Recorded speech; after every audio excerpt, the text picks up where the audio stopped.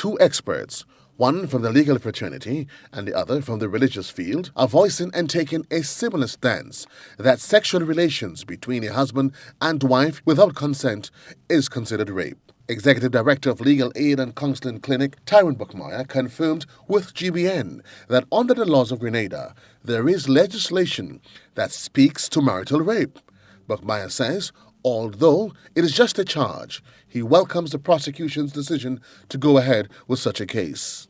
And I'm actually quite surprised at the kind of reaction that some in our society have been given to this, as if to suggest that this is somehow illegal, that the police or the prosecution have no right to do that. It obviously means that these persons have not been paying attention, because we have had marital rape legislation on our books for some time. He explains that a wife can also be charged for marital rape of her husband. Most legislation is gender neutral, and therefore what that allows for is for whomever in a relationship feels that their rights are being violated, whether the male partner or the female partner, they have the right to seek redress under the law or to report that an offense has been committed against them.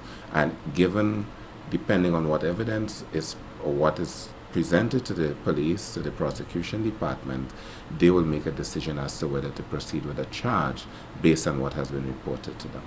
Buckmeyer added that in 2012, harsher penalties were enforced within the sexual offences legislation. Meanwhile, Pastor Stanford Simon, sharing his religious knowledge on the issue of marital rape, says it is a reality and should not be condoned, in spite of various parties using the Bible to their advantage.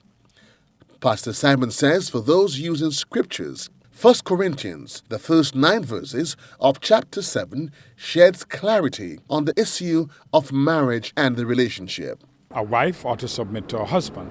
But if you read further on, that same verse said a husband must also submit to his wife. Meaning that they both have responsibility to each other. And further, and he said, look, this is not a command, it's a concession. So understanding that in the context of the passage, when the fact a person talk about a husband can rape his wife, yes, he can. The religious leader agrees that a wife can also rape her husband, since the most important contentious issue is that no consent was given. In the same way, a wife can rape her husband. And one must, it's both ways. He didn't give consent to it, but she wanted to have sex. And he said, hey, I want to have it no matter what you say or think. So it can go both ways. And if you read in the context of the passage, there must be consent, there must be dialogue, there must be communication. I think most of us are failing to understand that because I'm married to somebody, you cannot treat me how you want. There is a loving, caring relationship, and there must be dialogue. And if you love and care for each other, you wouldn't be forcing your way on a man or on a woman.